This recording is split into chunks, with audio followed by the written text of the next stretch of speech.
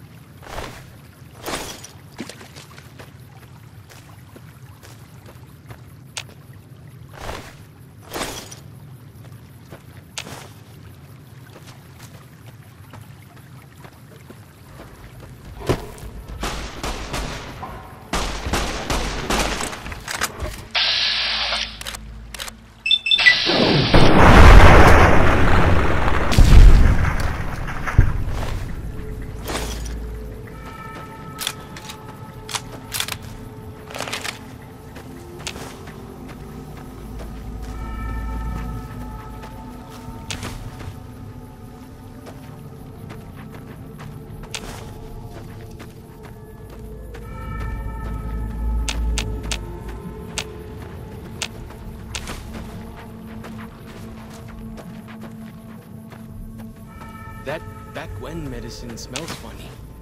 Guess it works, though.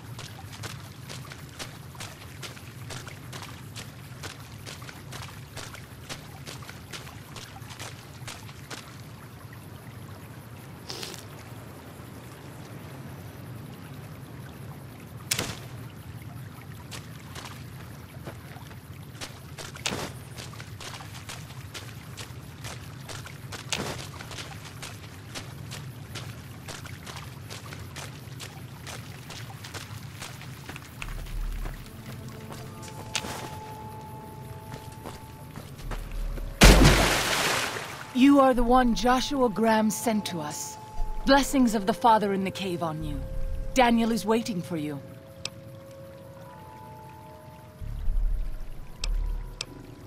Daniel is a wise man and a great friend to the Sorrows. He taught me to speak the language of New Canaan, the English from the holy books. Yes, The language of the New Canaanites is the Holy Tongue, for it is the language their sacred books are written in. The Father in the caves brought it to them after the judgment, but the ancestors of the Sorrows sinned against him. They were denied the true tongue. 6 years. He attended the birth of my 3rd child. It was a hard birth. The river nearly carried my water to the Father, and my child's with it. Daniel knew the ways of New Canaan's medicine. He stepped in and saved both of our lives. After the birth, I asked Daniel if he would teach me what he knew of childbirth. He agreed, and so here I am. What would you speak of?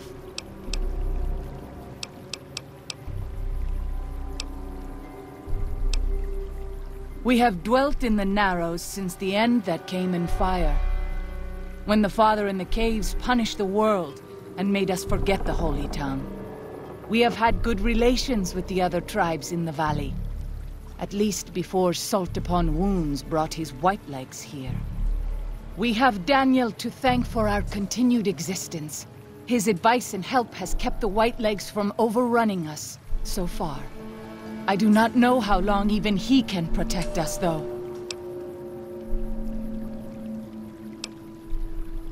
Waking Cloud is my name. I am midwife to the Sorrows. It sounds ill-omened, no? Midwife to Sorrows?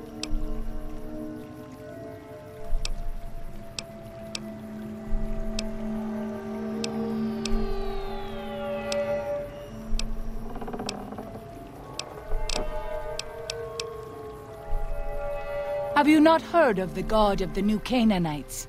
He is our protector and our judge. He helped our ancestors find their place here in Zion. He gave us many gifts, but we are not to seek him out.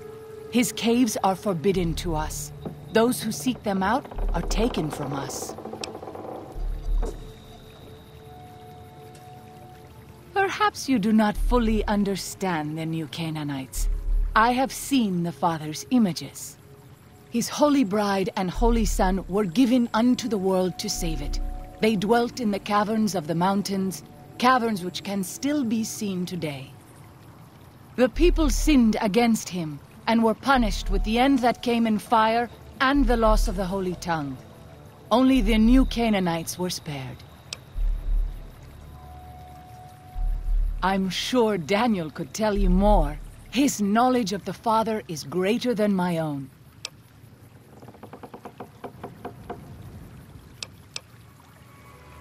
He is war chief of the White Legs, and the worst butcher of them all. The tribes he has crushed are many. The warriors he has slain, countless.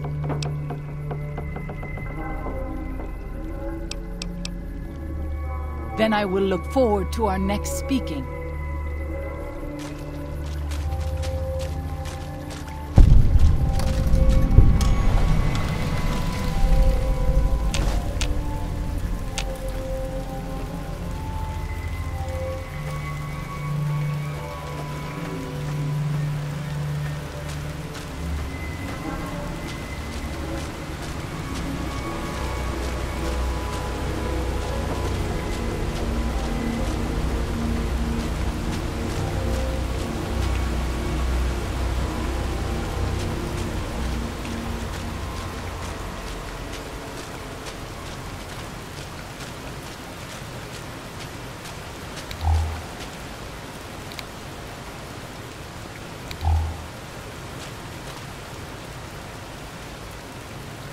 The dead horse has told me details about the attack on your caravan.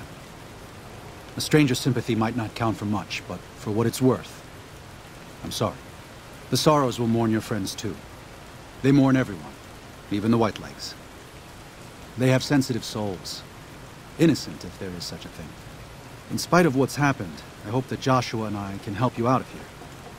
But to be frank, we need your help too.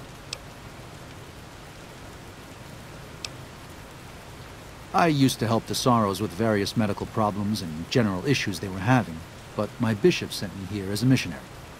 We New Canaanites believe that there is a path to salvation for everyone, and it's important that we set people on that path if they are willing.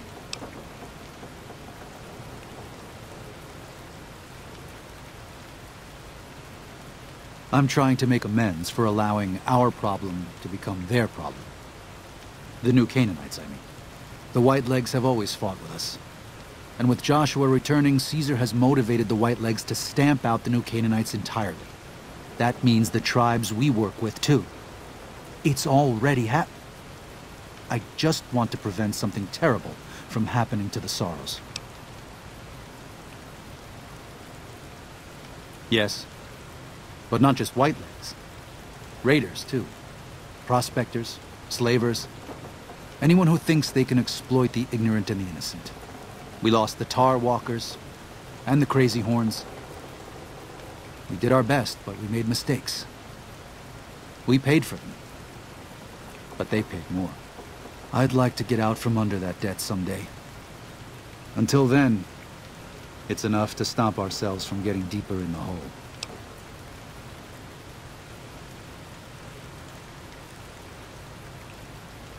To remove the Sorrows from harm's way. I have to give credit to the Whitelegs for finding their way here. Though I imagine many died in the process. But they can't follow us east. Not into the Grand Staircase. They don't know how to live off the land. We head there. We can find some safety.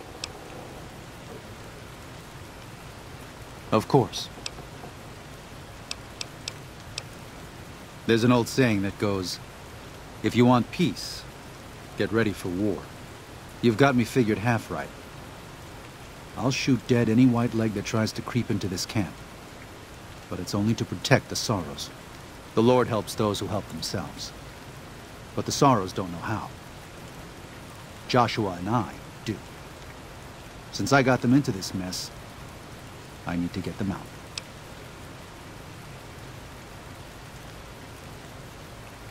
You're free to hold that opinion. But you're not responsible for these people. If I have to kill to prevent their blood from being spilled, so be it. Try walking alongside a tribal child, a refugee, and holding her hand for 3 days because her parents were killed by NCR prospectors. After the prospectors have stalked the remainder of the tribe, they fire off a few shots to scare them, and the tribe bunches together for safety. A grenade comes rolling in and kills another 6 people. The only reason you survive is because someone else's body absorbed the shrapnel. You're left sprawled out on the ground with ringing in your ears and a little girl's hand in your hand because that's all that's left of her. After you've done that, if you can look me in the eye and tell me it's better to stand aside, maybe then I'll listen to you. They're hateful savages who live only to plunder and destroy. Their leader is a devil called Salt Upon Wounds. War is all he knows. Everything he has, everything that tribe has, was taken by force, raiding, and scavenging. It's said there's no man deadlier at close range. That power fist of his has smashed 100 skulls. Maybe that's true, but so what? It's a low form of leadership. A tribe that knows only war has no future. And so he'll lead them to Caesar. Father in the... Oh, right. He's some spirit the Sorrows used to believe in. Watched over them from the caves in the valley. They marked some of the caves around here because they think they'll be punished for going inside. I think as more of them learn the teachings of the new Canaanites, they'll lose their old superstitions.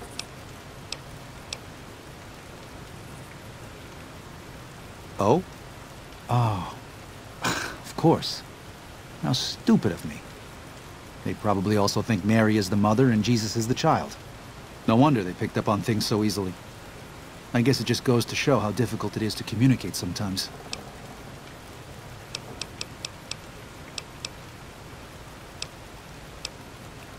What's on your mind? I should be able to address most common problems. What's the matter? Yeah, you don't look too bad. Shouldn't take much to get you fixed up. Thanks. Hold still. You'll be better in no time.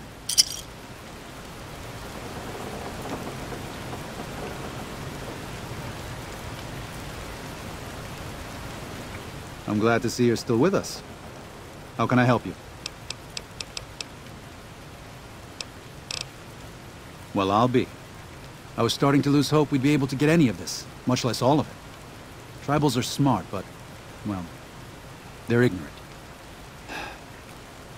Letting go of a taboo is difficult for them. So I knew it would have to be one of us. Turns out all it took was a Gentile, or, no offense. These supplies are a godsend. But if we're going to evacuate Zion without drawing more white leg attention, I need you to go back into the valley. Specifically, I need you to scout out some locations for white legs and try to recover a map of Grand Staircase, a wilderness area to the east. There's also the matter of the roads. We're going to be heading out of the east side of the park, but I'm not sure the way is clear.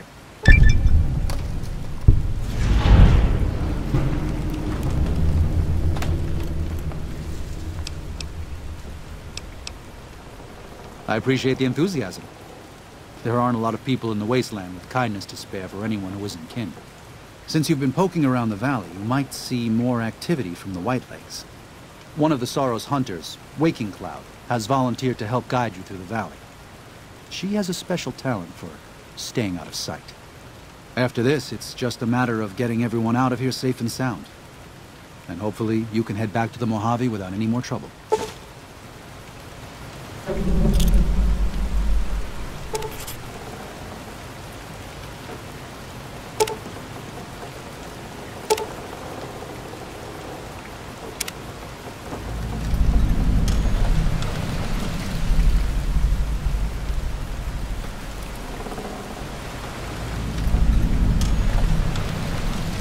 Hola, Sagasi.